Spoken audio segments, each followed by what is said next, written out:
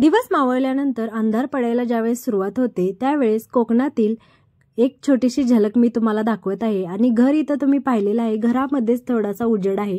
बाकीचा आजूबाजूला घराचा जो परिसर आहे तिथे सगळीकडे नारळाची झाडं आहेत, अशी गर्द झाडं आहेत, भरपूर अशी गर्दीचं ठिकाण आहे झाडांचं आणि मध्येच घरं असतात। कोकणामध्ये यालाच तर वाडी म्हणत नाहीत ना अशी शंका मला वाटली, परंतु मला याचं काही माहिती नाही। तुम्हाला माहित असेल तर कमेंट करून नक्की सांगा, यालाच वाडी म्हणतात का कोकणामध्ये? अशा पद्धतीचा इथील परिसर आहे, अंधार पडलेला आहे आणि झाडं इथं पाहता तुम्ही, इथंही उजेड आहे थोडासा, तिथे एक घर आहे। अशा पद्धतीच्या झाडांच्या मध्येच इथं घरं आहेत, आजूबाजूला नारळाची वगैरे भरपूर सारे झाडे आहेत आणि इथं हा सनसेटचा व्ह्यू आहे, मी तुम्हाला दाखवत आहे। सूर्य मावळायच्या थोडंसं आधी आम्ही इथं पोहोचलेलो आहे। हा देवबाग समुद्र किनारा आहे मालवणमधील जी खाडी आहे देवबागची, तिथं आम्ही गेलेलो आहे फिरण्यासाठी, पर्यटनासाठी आणि इथला व्ह्यू खूप सुंदर आहे।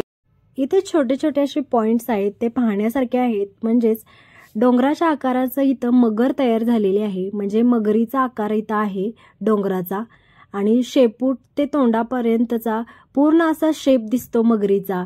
सोबतच सनसेट पॉइंट आता इथं तुम्हाला दिसत आहे व्ह्यू, इतकं सुंदर वाटत आहे। जे सूर्य आहे आणि त्याचं प्रतिबिंब असं पाण्यावरती दिसत आहे, अगदी एखाद्या पिक्चर मधलं दृश्य असेल किंवा एखाद्या पुस्तकामधलं टिपलेलं दृश्य असेल असा हा व्ह्यू आहे।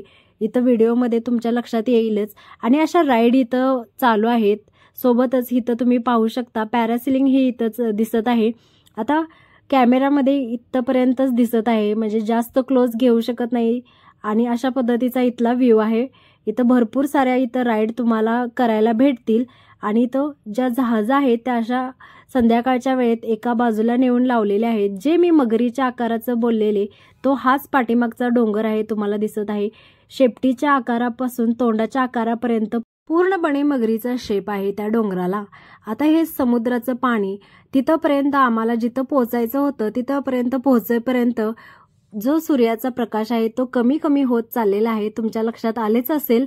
अशा पद्धतीचा हा डोंगर आणि इथलं दृश्य खूप छान सुंदर वाटलं। फायनली हा सनसेटचा व्ह्यू आहे। अशा पद्धतीनं सनसेट होताना इथं आम्ही प्रत्यक्षात पाहिलेला आहे आणि जो सूर्य आहे इतका लालबुंद आणि मस्त सुंदर दिसत होता। आता तुम्हाला इथं थोड्या वेळात पाहायला भेटेल, झाडांच्या पाठीमागे ज्यावेळेस सूर्य जातो त्यावेळेस झाडांचा रंग तुमच्या लक्षात आला असेल, अगदी लालबुंद असा होतो।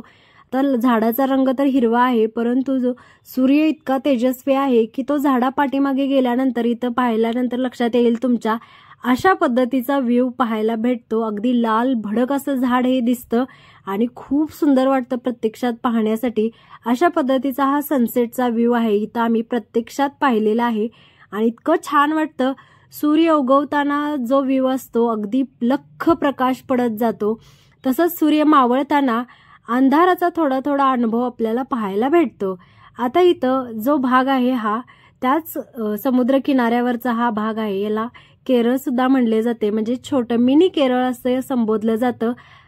सेम टू सेम केरळ सारखा इथला व्ह्यू पाहायला भेटेल तुम्हाला। अशा पद्धतीची अगदी गर्द अशी इथं नारळाची झाडे आहेत आणि त्याच्यामध्येही अशा पद्धतीचं पाण्याला जाण्यासाठी एक रस्ता आहे, मध्येच झाडांचं हे तयार झालेलं आहे बेट आणि बाजूनेही समुद्राचं पाणी जातं आणि इथेही छोटी छोटी हॉटेल्स आहेत। पहिल्यांदा तर पाहिल्यानंतर आमच्या लक्षात आलंच नाही की हे नेमकं काय आहे, आम्हाला तर वाटलं हे पर्यटन जे आहेत पर्यटक त्यांच्यासाठी बसण्यासाठी बनवलेली जागा आहे, नाही, परंतु ही हॉटेल्स आहेत इथली। इथे तुम्हाला चहा नाश्ता वगैरे सगळं भेटतं।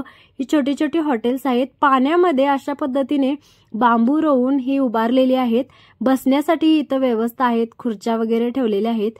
इतकं हे आकर्षक वाटत होतं ना, म्हणजे इमॅजिनेशनच्या पलीकडचं आहे सगळं असं वाटत होतं। अशा पद्धतीचा इथला व्ह्यू आहे आणि भरपूर सारी आहेत, एकच वगैरे असं नाही, अशी भरपूर सारी इथं हॉटेल्स आहेत आणि त्या हॉटेल्सना नावं सुद्धा दिलेली आहेत। इतकं सुंदर दृश्य होतं इथलं आणि इथं जे सगळ्या राईड आहेत त्या इथंच होत होत्या। आता पाहिल्यानंतर तुमच्या लक्षात आलंच असेल, इथं अशा पद्धतीच्या सगळ्या राईड इथं पॅरासिलिंग वगैरे होत होतं आणि मस्त असा हा व्ह्यू होता।